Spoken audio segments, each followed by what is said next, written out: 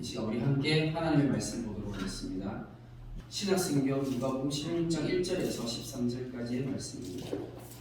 저는 오늘 이 말씀을 가지고 어떠한 주제를 정했냐면 빛의 아들들보다 더 지혜로운 이 세대의 아들들이라는 말씀의 주제를 가지고 말씀을 나누려고 합니다.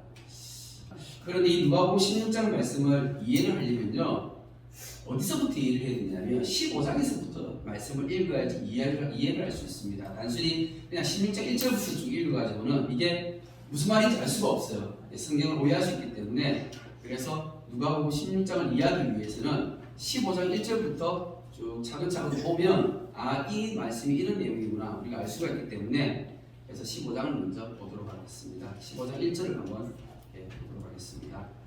모든 세리와 죄인들이 말씀을 들으러 가까이 나오니 바리새인들과 서기관들이 수군거리는데 이 사람이 죄를 용납하고 음식을 같이 먹는다 하더라. 예수께서 그들에게 이 비유로 이르시되, 이 말씀을 보면 우리가 이제 말씀을 잘 아는 내용이 15장 16장에 나와요.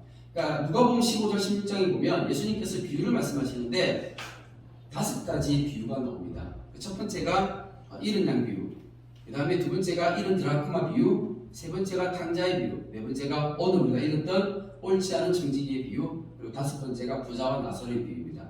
그러니까 이 5가지의 이 비유를 이해하기 위해서는 어디서부터 봐야 된다고요? 조금 전에 읽었던 누가복음 15장 1절에서 3절까지의 말씀을 먼저 이게 이렇게 시작되는 거구나라는 걸 이해를 해야지 이 말씀이 연결이 되어지는 거예요. 자, 그래서 맨 처음에 그러면 1절에 보니까 모든 세리와 죄인들이 누구한테 나온 거예요?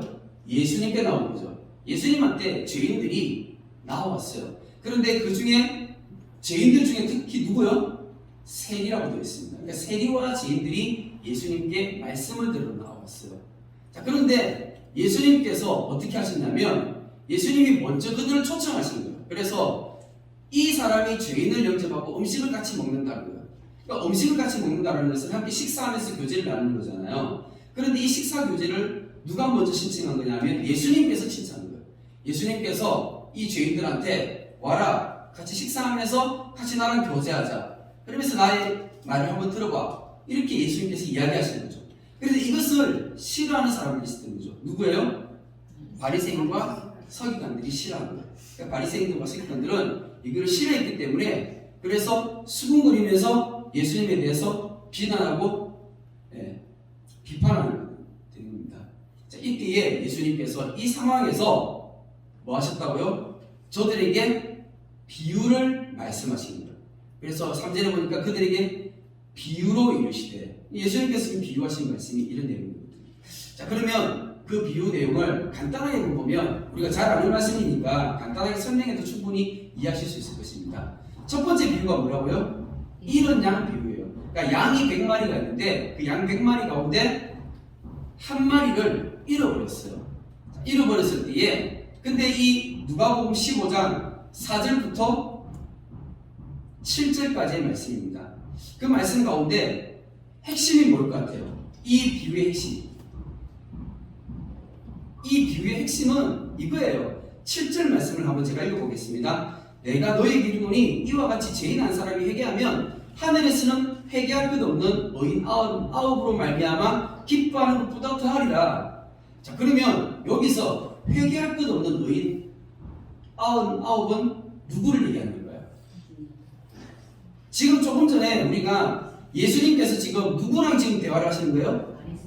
바리새인과 서기관들과 얘기하죠. 그죠? 그런데 그 사람들은 어떤 사람들이에요?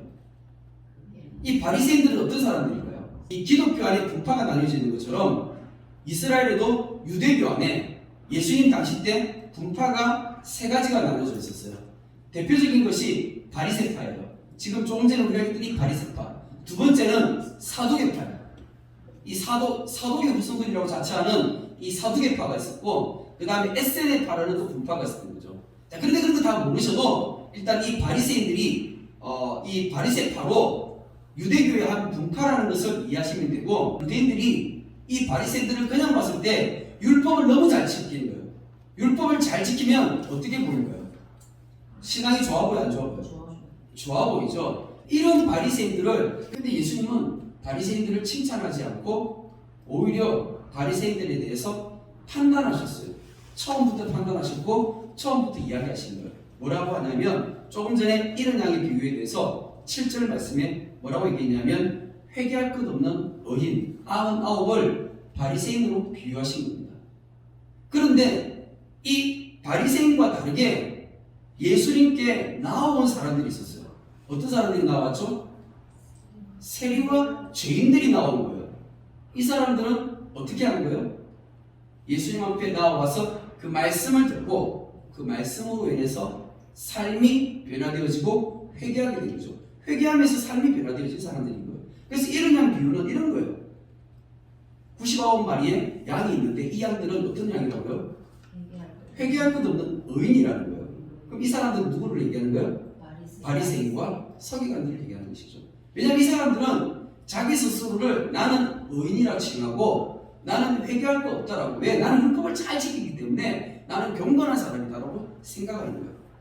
두 번째 비유는 이런 드라크마예요. 같은 말이에요. 같은 내용입니다. 드라크마가 뭐냐면 드라크마는 돈이에요. 우리가 그 예수님 당시 때 화폐를 보면 하루 노동자의 하루 임금을 줄 때 뭘 줬나요? 데나리온을 줬죠. 데나리온과 같은 개념의 돈이 드라크마예요. 그래서 한 드라크마도 똑같이 노동자의 하루 품삯입니다. 지금 10드라크마가 있는데 그 중에 한 여인이 한 드라크마를 잃어버렸대요. 그런데 그 잃어버린 한 드라크마를 찾았을 때 엄청 기뻐하고 즐거워하는 거예요. 그래서 잔치까지 막 이렇게 다른 이웃들을 불러가지고 같이 이렇게 식사하면서 막 그렇게 하는 거예요. 그 정도로 할 만큼 가치가 큰가요? 그렇게 생각이 안 들죠. 그런데 이 드라크마는 의미가 있어요. 어떤 의미가 있냐면 이 드라크마는 10드라크마는 뭐냐면 결혼할 때 이 남편이 아내에게, 그러니까 신랑이 신부한테 요즘 같으면 결혼 반지 같은 개념이에요. 그러니까 결혼 반지 같은 개념으로 신랑이 신부한테 반지를 끼워주는 거거든요. 그러니까 약속의 개념인 거죠. 그러니까 신부가 결혼할 때 10드라크마를 받은 거죠. 근데 결혼 생활하면서 이것을 가지고 있다가 이것을 가지고 있으면서 정말 급할 때 이것을 사용할 수도 있겠죠.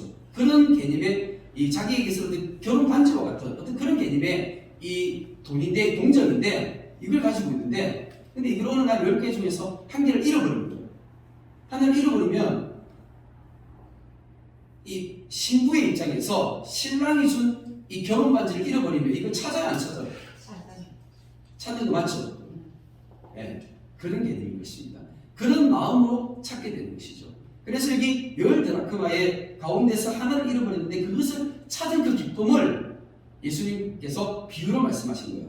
그래서 10절 말씀에, 15장 10절 말씀에 내가 너에게 이르노니 이와 같이 죄인 한 사람이 회개하면 하나님의 사자들 앞에 기쁨이 되느니라. 이것을 찾았을 때 그 기쁨이 어떻게 되는 거예요? 결혼 반지를 잃어버렸다가 그걸 다 찾은 거예요. 얼마나 기쁘겠어요, 그죠?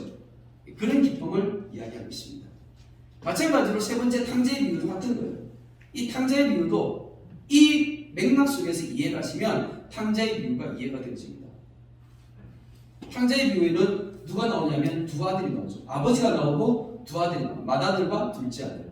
그런데 그 맏아들하고 둘째 아들이 누구를 비유한 것인지 우리가 먼저 이미 내용을 다 아시니까 한번 생각해 보세요. 맏아들은 누구를 비유할까요? 지금 여기서 바리새인들과 서기관들을 얘기하는 거예요. 그럼 둘째 아들은 세리와 죄인들을 얘기하는 거예요.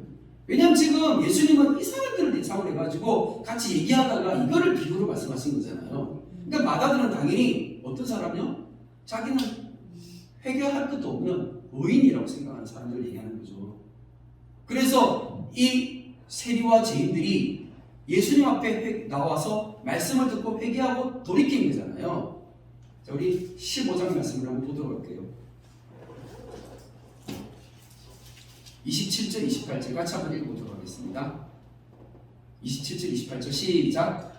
대답하되 당신의 동생이 돌아왔으에 당신의 아버지가 건강한 그를 다시 맞아들이게 되므로 인하여 살시 송아지를 잡았나이다 하니 그가 노하여 들어가고자 하지 아니하거늘 아버지가 나와서 그런데, 이 본인 말씀 보니까요 어떤 상황이 벌어졌냐면 지금 동생이 아버지 재산을 가지고 나갔다가 어떻게 해요? 다 탐진하고 그리고 난 다음에 돌이키고 스스로 돌이켜서 돌아왔어요. 아버지께로 돌아왔어요.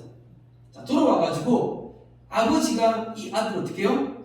위에서 잔치를 베풀었어요. 근데 마다들은 밭에 나가서 열심히 일하다고 땅벌벌 일하다가 집으로 돌아왔는데 집에 와서 보니까 잔치가 벌어진 거예요. 잔치가 벌어졌는데 왜 이렇게 잔치가 벌어졌대? 보니까 송아지까지 잡았어요. 송아지를 잡았다는 것은 잔치가 벌어졌단 말이에요. 왜냐하면 이 시대는 고기를 먹을 수 있는 함부로 먹을 수 있는 시대가 아니었잖아요. 거기다가 고기를 먹어도 양이나 염소고기는 모르겠지만 소고기는 진짜 귀한 거거든요. 그러니까 잔치가 벌어진 거예요. 29절 말씀 같이 한번 읽어보겠습니다. 29절 시작.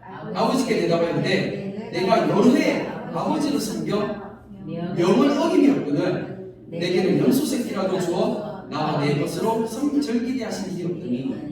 그러니까 자기는 아버지를 섬겼는데 어떻게 했다고요? 어떻게 섬겼다고요? 명을 어긴 일이 없다라는 거예요. 명을 어긴 적이 없는 거예요. 그렇게 열심히 하는 거예요. 그러니까 자기는 회개할 게 있어 없어요? 회개할 게 없는 의인인 거예요. 이런 사람인 거죠.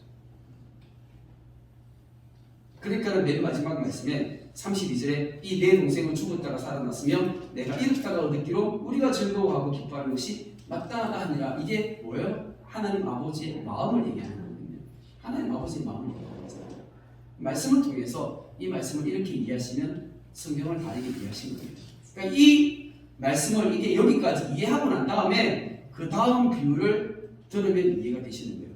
자, 말씀을 이제 그 다음 비유를 보면 자, 1절 말씀부터 한번 보겠습니다. 16장 1절입니다. 또한 제자들이 이르시되 어떤 부자에게 청지기가 있는데 그가 주인의 소유를 낭비한다는 말이 그 주인에게 들린지라. 자, 이 비유는 예수님께서 지금 누구한테 하신 말씀이에요? 제자들한테. 그러면 앞에 첫 번째, 두 번째, 세 번째 비유는 예수님께서 누구한테 하신 비유일까요? 한번 봅시다. 3절을 보니까 15장 3절에 뭐라고 되어 있어요? 예수께서 그들에게 비유로. 그러니까 그들이 누구죠? 예, 수고수고했던 바리새인들과 서기관들이죠. 그러니까 바리새인들하고 서기관들한테는 하나님께서 한 영혼의 회개하고 돌아오면 얼마나 기뻐하시는지 그걸 얘기해 주신 거예요. 첫 번째, 두 번째, 세 번째 비유는 이 비유인 거죠. 그런데 그 다음에 16장에 나오는 이 1절 말씀의 이 비유는 예수님께서 누구한테요? 제자들한테 하는 비유예요. 그럼 이 비유는 제자들을, 내가 제자된 마음으로서 이 비유를 읽고 이해하게 되는 것이죠. 어떤 부자에게 청지기가 있었어요. 자, 2절 말씀에 주인이 그를 부르는데 내가 네게 대하여 들은 이 말이 어찌 됨이냐? 네가 보던 일을 생하라. 청지기 직무를 계속하지 못하리라. 주인이 보기에 청지기가 일을 잘 못하니까 그래서 어떻게 해요? 이제 청지기를 자르는 거죠. 해고시키는 거예요. 자, 그때에 3절에 청지기가 속으로 있는데 주인이 내 죽분을 빼앗으니 내가 무엇을 할까? 땅을 파자니 힘이 없고 비를 못 자니 부끄럽구나. 내가 할 일을 알았도다. 이렇게 하면 직분을 빼앗긴 후에 사람들이 나를 집으로 영접하리라 하고 주인이 자기의 어떤 그런 문제점을 발견한 거잖아요. 그죠? 이 청지기의 문제점을 발견하고 청지기직을 해고하게 된 것입니다. 그때에 이 청지기가 생각한 거죠. 어떻게 하면 내가 그러면 이제 어떻게 살아가지? 어떻게 해야 될까? 이걸 이제 고민하게 된 것입니다. 5절 말씀에 주인에게 빚진 자를 일일이 불러다가 먼저 온 자에게 이르되 네가 내 주인에게 얼마나 빚졌느냐? 말하되 기름 100마리입니다. 그러니까는 자기가 이제 주인이 부자잖아요. 부자인데 그 동네 사람들한테 돈을 빌려줬어요. 돈을 빌려줬는데 근데 이제 그 돈을 빌려줄 때 정서를 썼잖아요. 그죠? 그 정서를 썼는데 거기에 어떤 사람 불러보니까 이 사람은 이렇게 100마리를 빌렸대요. 그런데 100마리를 빌렸는데 그 정서에다가 그걸 정서를 고친 거죠. 정서를 새로 썼든지 만약 고치든지 그렇게 했겠죠. 하면서 100마리를 50으로 100을 50% 감해주는 거예요. 그 다음에 또 어떤 사람은 넌 얼마나 빚졌느냐? 이런데 매일 100석입니다. 이런데 여기 네 정서를 가지고 80이라 써라. 100을 80으로 20% 깎아주는 거예요. 여기까지 이해가 되시죠? 그죠? 그 다음이 이제 문제예요. 8절 말씀에 주인이 이 옳지 않은 청지기가 일을 지혜 있게 하였으므로 칭찬하였으니 이 세대의 아들들이 자기 시대에 있어서는 빛의 아들들보다 더 지혜로우니라. 여기서 이제 문제가 발생해요. 보통 이제 신도님들이 교회 다니면서 성경을 읽다가 이게 말이 앞뒤가 안 맞는 거예요. 우리가 생각할 때 주인이 지금 이 청지기를 책망해야 되는 게 당연한 건데 성경을 보니까 칭찬을 하잖아요. 여기서 이제 우리 성도님들이 기독교인들이 교회 다니면서 성경 읽다가 여기서 이제 멘붕이 오는 거죠. 이게 뭐지? 그래서 멘붕이 오는 거예요. 왜 여기서 이 말씀을 이해를 못할까요? 이해 못하는 이유가 뭐예요? 이방인인 누가가요. 이방인인 누가가 누가복음에만 이 16장에는 이 비유가 기록이 되어져 있어요. 누가는 예수님 만나본 적도 없고 예수님에 대해서 직접 예수님을 본 적이 없습니다. 그럼에도 불구하고 나중에 이 바울과 이런 사람들을 통해서 복음을 듣고 예수님 믿고 난 다음에 자기가 이제 직접 이 팔레스타인에 돌아다니면서 많은 예수님 만난 사람들, 그 복음을 믿는 사람들 만나가지고 그 사람들이 얘기를 듣고 많은 자료들을 수집했잖아요. 그러면서 이제 이 누가복음을 기록을 했잖아요. 그랬는데 이 누가가 이 말씀을 이해를 못했더라면 그럼 이걸 기록했겠습니까? 그런데 왜 이 누가복음 16장을 이해하는데 교회에서 성도들이 이걸 어려워하죠? 그 이유가 있죠. 왜냐하면 누가처럼 하지 않았기 때문에 그런 거죠. 누가는 이 누가복음을 기록을 할 때 뭘 알았는데요? 먼저 이미 누가는 예수님 믿으면서 공부했잖아요. 성경 공부했죠. 어떤 성경은요? 그때 당시는 성경이 뭐예요? 구약 성경이잖아요. 그 구약 성경을 열심히 읽고 이해를 한 것이고, 그리고 그 팔레스타인 지역에 가가지고 유대인들이 삶을 살아가는 그 모습을 보면서 그 문화를 보고 이해를 하는 거예요. 그러니까 그 시대와 성경을 제대로 이해를 하면 이 말씀은 저절로 이해가 되게 되어 있는 거예요. 그러면 가장 기본적인 이 말씀을 이해하기 위한 어떤 그런 배경이 뭔지를 우리가 찾아봐야 되는데, 예를 들어서 유대인들 같은 경우는요, 빚을 빌리잖아요. 빚을 빌리게 되면 이자를 주고 받을 수 있나 없나요? 예, 없죠. 신명기 23장 19절 말씀 같이 한번 읽어보겠습니다. 19절입니다. 우리가 성경 297페이지 있습니다. 23절 19절 시작. 네가 네 형제에게 부어주는 이자를 받지 말지니 곧 돈의 이자, 식물의 이자, 이자를 낼 만한 모든 것에 이자를 받지 말 것이다. 아멘. 그러니까 유대인들은 율법에 이렇게 딱 명시가 되어 있는 거예요. 이자를 받으면 안 된다고. 그러니까 유대인들은 돈을 빌려주더라도 이자를 받을 수가 없었어요. 사람들이 이제 부자에게 돈을 빌리러 갑니다. 돈을 빌리러 가면 어떻게 하냐면 기름 50마를 빌리는데, 근데 그 정세에다가 뭐라고 적어요? 100마로 적는 거예요. 탕자에 비유해서 아버지도 부자였잖아요. 그 부자 아버지는 어떤 분이었어요? 부자 아버지는 어떤 분이에요? 하나님 아버지잖아요. 하나님 아버지한테 한 사람이 회개하고 돌아오는 거잖아요. 그럼 당연히 지금 현재 이 16장에 나온 이 부자는 어떤 사람이에요? 하나님 아버지잖아요. 똑같이. 그죠?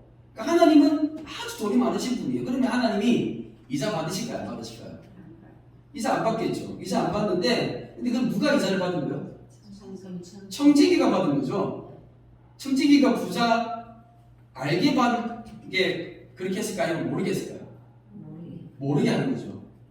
그러면은 이제 이 부자에게 가서 돈을 빌린 사람들은 부자에 대해서 어떤 마음을 품어요? 좋은 마음을 품을까요? 안 좋은 마음을 품을까요? 부자에 대한 평판이 어떻게 돼요? 당연히 부자에 대한 평판이 안 좋아지죠. 그러니까 부자는 자기는 이자를 받을 마음이 있어요? 없어요? 없죠. 자기는 이자를 받을 마음이 전혀 없는데 어느 날 갑자기 보니까 이 지역에서, 이 동네에서 내 평판이 안 좋아진 거예요. 내 이름이 안 좋아진 거예요. 사람들이 다 나를 보면 그냥 지나가다 보면 꾹꾹꾹 인사를 하는데 뒤돌아서서 욕을 하는 거예요. 그러면 주인이 어떤 생각 들겠어요? 내가 잘못한 게 없는데 저 사람이 왜 나한테 이렇게 하지? 생각이 들잖아요. 누가 잘못한 거예요? 청지기가 잘못한 거죠. 그래서 청지기가 꽤가 생각이 나는 거죠. 어떤 생각요? 주인이 어떤 사람인지 청지기는 아는 거예요. 청지기는 주인이 어떤 분인지를 알았던 거죠. 그래서 생각을 하는 거예요. 아, 내가 이렇게 하면 되겠다 라고 해서 빚진 사람들을 다시 부르는 거예요. 불러가지고 원래 자기가 빌렸던 그 빚 그대로 정세를 바꿔 쓰는 거죠. 그러면은 이 동네 사람들, 이 빚진 사람들은 어떻게 생각하는데요? 고마워요, 안 고마워요? 갑자기 이 이자가 탕감되어지니까 너무나 고맙잖아요. 근데 다 고마우니까 주인의 평판이 어떻게 돼요? 다시 좋아지게 되겠죠. 이 주인 너무나 좋다 하면서 이렇게 바뀌어지겠죠. 자, 그러니까 주인이 어떻게 했어요? 8절 말씀해 보니까 주인이 이 옳지 않은 청지기가 어떻게 했다고요? 일을 지혜롭게 했어요. 지혜롭게 한 게 무슨 말이죠? 이 지혜롭다는 게 무슨 말이에요? 원래 청지기가 원래 해야 되는 그 일로 지금 돌아온 거죠. 원래 모습으로 돌아온 거죠. 원래 모습으로 돌아온 거죠. 그러니까 이 말씀이 이제 이해가 되어지실 겁니다. 이거는 지금 당연히 유대인들은 이 사회의 이런 풍습에 이런 문화에 익숙하거든요. 그러니까 유대인들은 여기 익숙하기 때문에 예수님께서 이 비유를 하셨을 때 유대인들은 그냥 이걸 쉽게 알아듣는 거예요. 근데 우리는 이방인이니까 우리는 이해를 못하는 거죠. 자, 그런데 두 번째 있어요. 뭐냐면 예수님께서 이게 비유를 말씀하실 때 이 비유를 들은 사람들 중에 또 죄인들이 있잖아요. 특히 누구였어요? 아까 죄인들 어떤 사람이 나왔어요? 세리가 나왔죠. 세리가 어떤 사람인가 하는 것도 중요합니다. 세리들은요, 이 예수님 당시에 세리들을 좀 이해를 해야 돼요. 예수님 당시에 세리가 되려면 어떻게 돼야 되냐면 부자여야 돼요. 부자. 그냥 아무나 세리가 되는 것이 아니라, 왜냐하면 그때 당시는 예수님 당시 때는 로마가 다스리던 시대였잖아요. 근데 로마가 이 이스라엘을 다스리면서 그 지역에 있는 사람들한테, 이 백성들한테 일일이 찾아가가지고 세금을 걷지 않았어요. 그러니까 어떻게 세금 걷는 방식이 어떻게 되냐면, 먼저 그 지역의 부자들한테 얘기를 하는 거예요. 그래서 부자들한테 세금을 걷을 수 있는 세리를 모으는 거죠. 그러니까 입찰을 받는 거예요.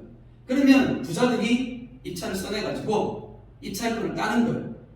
그래서 예를 들어가지고 여기 이제 대구잖아요, 그죠? 그럼 이 대구 지역에다가 세금을 예를 들어서 1년에 세금을 100억을 딱 정하는 거예요.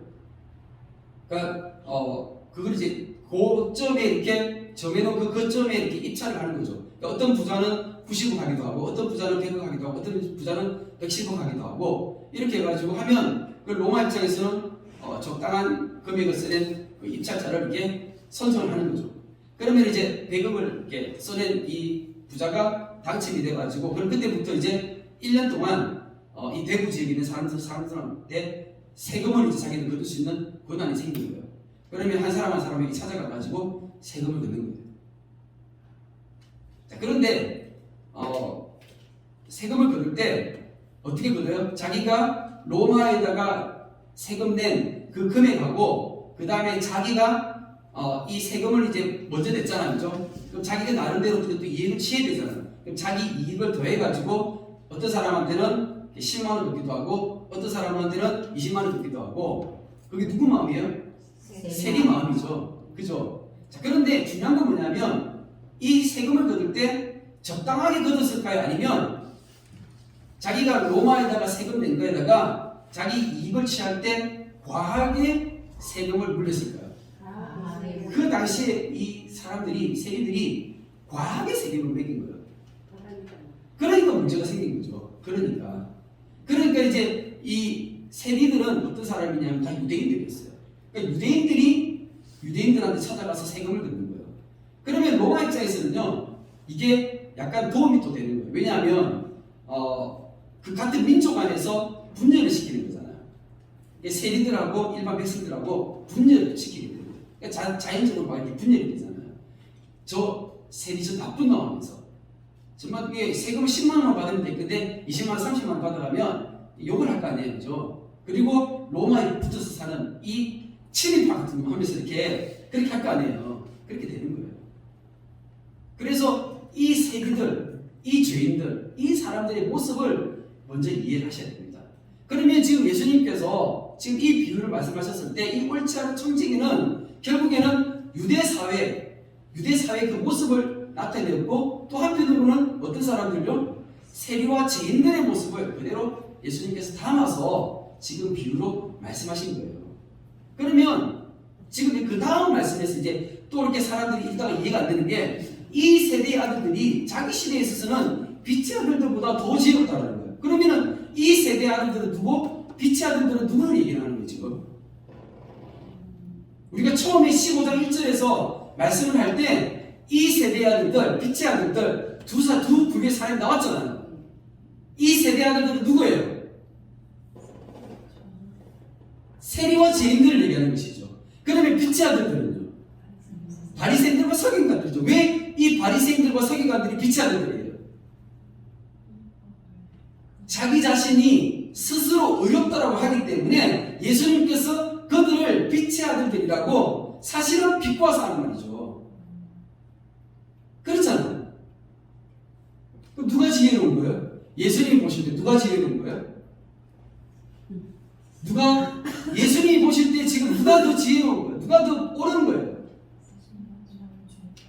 내가 죄인이다라고 생각하고 예수님 앞에 나와서 회개하고 돌이킨 이 사람들이 더 지혜로운 거예요.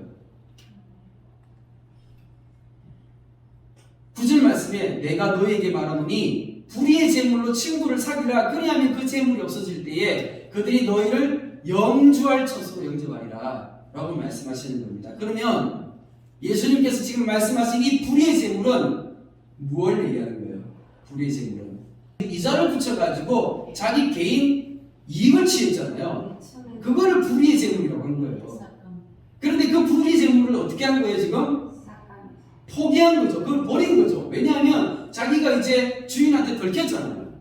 주인한테 들켰으니까 자기가 그 청지기직을 그만두게 되면 자기가 그동안 이 몰래 쌓아놨던 그 불을 어떻게 돼요? 다 토해내야 되죠. 그게 정상인 거잖아요. 그러니까 당연히 이 청지기는 자기가 지금까지 모두 쌓아놨던 그 부들을 다 토해내고 그리고 어떻게 해요? 회개하고 돌이킨 거잖아요. 그 재물, 그게 불의의 재물인 거죠. 그러면 세리는 어떻게 해요? 세리도 똑같은 거예요. 똑같은 거죠. 자, 그래서 우리가 말씀을 다시 한번 생각해 보면 이 세대 아들들 그리고 빛의 아들들이 나오는데 자, 이 세대 아들들이 누구라고요? 세리와 죄인들. 그리고 빛의 아들들은요? 바리새인들이었어요. 그리고 이 사람들은 어떤 사람들요? 세리와 죄인들은 내가 죄인임을 깨닫고 예수님 말씀 듣고 회개하고 돌이킨 사람이에요. 빛의 아들, 이 바리새인들은요? 스스로 옳다고 할 사람. 이 사람들은 스스로 옳기 때문에 회개할 게 있어요, 없어요? 회개할 게 없는 사람들이죠. 이 세대 아들들은요, 주인의 마음을 알고 돌이킨 사람들이에요. 왜냐하면 이 사람들은 이게 지혜로운 거예요. 그러니까 지혜가 뭐냐면 이걸 가르쳐 주는 거죠. 내가 죄인인데 내가 아버지 앞에 나와왔을 때 아버지가 나의 죄를 용서해주고 나를 받아줄 것을 깨닫는 그 사람이 지혜로운 사람이 이게 지혜인 거예요. 아멘. 내가 죄인인데 아버지가 나의 죄를 용서해주고 나를 다시 받아줄 그걸 생각하니까 너무나 감사하고 이 생각 자체가 지혜라는 거예요. 그런데 바리새인들은 너무나 경건하게 살아가는 거예요. 너무 의롭게 살아가는 거예요. 그러다 보니까 자기 자신을 생각해 볼 때 아니 나는 율법 열심히 잘 지키고 있고 난 딱히 잘못한 게 없는데 뭐 그러면 내가 기도하러 오면 그럼 내가 예배드리러 오면 내가 기도할 때 딱히 생각해 보면 내가 회개할 게 없는 거예요. 하나님 아버지의 마음을 모르는 거죠. 그리고 이 바리새인들이 또 하나 실수했던 것이 뭐냐면 지혜가 없었던 것이 한 영혼이 이 죄인들이 회개하고 돌이키는 것에 대해서 하나님의 마음이 어떤지를 몰랐던 거죠. 하나님 그걸 너무나 기뻐하시고 너무나 하나님 그것을 즐거워하시는데 그런데 이 사람들은 자기들이 경건하게 살아가고 자기들이 율법을 지키면서 완벽하게 살아간다고 생각하기 때문에 그러니까는 하나님이 나를 기뻐하셔. 하나님 나를 기뻐하셔. 라고 생각하는 거죠. 그러니까는 저 죄인들을 보면 저렇게 살면 안 되라고 하면서 저들을 어떻게 해요? 배척해버리는 거죠. 배척하는 거예요. 하나님의 마음을 모르기 때문에 배척하게 되는 것이죠. 하나님의 마음을 아는 것이 너무나 중요하다는 것입니다. 그 다음에 이제 말씀이 지극히 작은 것에 충성된 자는 큰 것에도 충성되고 지극히 작은 것에 불의한 자는 큰 것에도 불의하니라. 너희가 만일 불의한 재물에도 충성하지 아니하면 누가 참된 것을 너에게 맡기겠느냐. 너희가 만일 남의 것에 충성하지 아니하면 누가 너희 것을 너희에게 주겠느냐라고 말씀하셨습니다. 우리에게 예수님께서 지금 이제 이 옳지 않은 청지기 이 비유는 예수님이 지금 누구한테 지금 주시는 거예요? 제자들한테 주시는 말씀이죠. 그러니까 제자들한테 불의한 재물에까지 충성하라고 말씀하신 거예요. 그러니까 마태도 그랬고 삭개오도 그렇고, 아니 이 사람들만 이랬을까요? 아니면 예수님 따랐던 그 모든 제자들이 다 그랬을까요? 다 그랬죠. 다 그랬는데, 그런데 예수님의 12제자 가운데 그렇지 않은 사람이 있었어요. 한 사람. 누군지 아세요? 가룟 유다죠. 가룟 유다는 뭘 내려놓지 못했죠? 뭘 못 내려놓았어요? 예수님을 따랐는데 어떻게 따랐어요? 전심으로 온 마음을 다해서 따르지 못했던 거예요. 왜냐하면 모든 것을 내려놓고 다른 것 그냥 겉으로 보기에 그렇게 보였잖아요. 왜? 예수님과 함께 3년 반 동안 동고동락했기 때문에 겉으로 보기에는 예수님 다른 것처럼 보였고 모든 것을 다 버린 것처럼 보였지만 그 마음속에도 뭐가 있었어요? 여전히 돈을 사랑하는 마음이 그 마음속에 있었던 거예요. 예수님의 다른 제자들은요? 예수님의 다른 제자들도 똑같았습니다. 가룟 유다랑 다를 게 없었어요. 그런데 예수님 십자가에서 죽으시고 살아나시고 난 다음에 어떻게 됐나요? 성령 받고 그 차이가 나뉘어지게 됐습니다. 가룟 유다는 성령 받지 못했기 때문에 회개하지 못하고 멸망의 길로 갔지만, 다른 제자들은 예수님 인격적으로 만난 그 이후에 성령 받고 새로워져서 온전한 헌신을 할 수 있었던 것입니다. 그래서 이들은 불의의 재물을 다 어떻게 했다고요? 충성되게 헌신하고 반납했던 것이에요.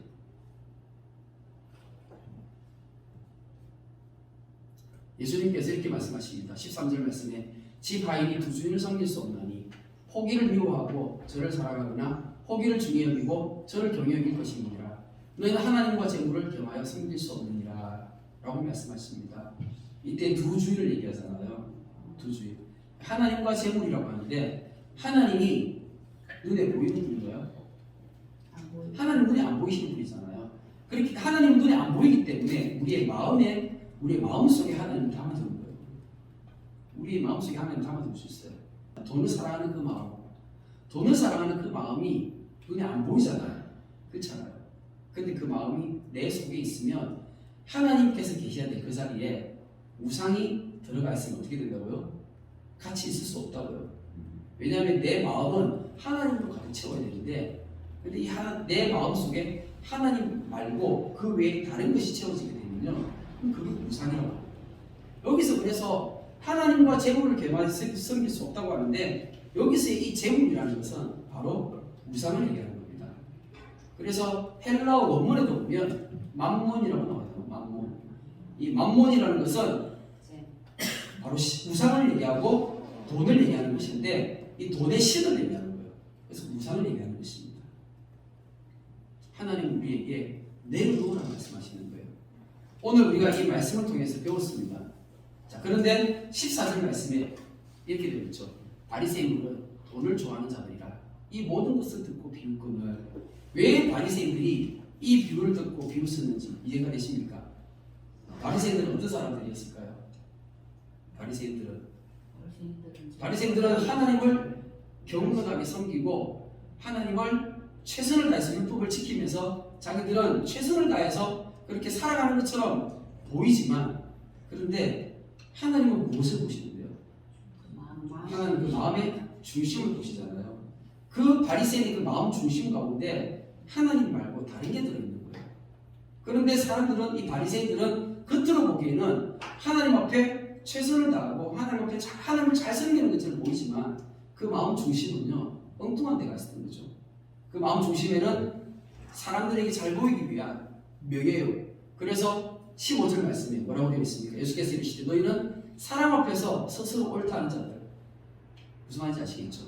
스스로 옳다고 생각하고 의인이라고 얘기하고 빛의 아들들이라고 이야기하는 것입니다. 그러니까 이 바리새인들처럼 내가 그런 것은 아닌지, 그럼 진짜 지혜가 무엇인지 이걸 생각해야 되는 거예요. 예수님께서 오늘 말씀을 통해서 이 세대 아들들이 빛의 아들들보다 더 지혜롭다고 하셨어요. 그 지혜가 뭐라고요? 내가 죄인임을 깨닫고 회개하는 이 자체가 지혜라는 겁니다. 두 번째, 지혜는 뭘까요? 불의의 제물로 친구를 사귀는 것입니다. 이게 죄인들이 이 세대 아들들이 빛의 아들들과 달랐던 점이었죠. 그 불의의 제물로 친구를 사귀는 모습이 뭐예요? 한 영혼 구원하기 위해서 복음 전하는데 헌신하고 사용을 하는 것입니다. 오늘 말씀이 우리 성도님들의 마음 가운데 새겨지시길 축복합니다. 사랑의 하나님, 하나님의 사랑과 은혜에 감사를 드립니다. 이 말씀 통하여 주님, 내가 회개하고 돌이킬 수 있는 하나님의 은혜를 더해 주시기를 기도드립니다. 이것이 더 나은 지혜라고 분명히 주님께서 말씀하시고 가르쳐 주셨습니다. 내가 주를 온전히 헌신하며 따를 수 있는 참된 믿음과 은혜가 있게 하여 주시옵소서. 살아계신 예수 그리스도 이름으로 기도드립니다. 아멘.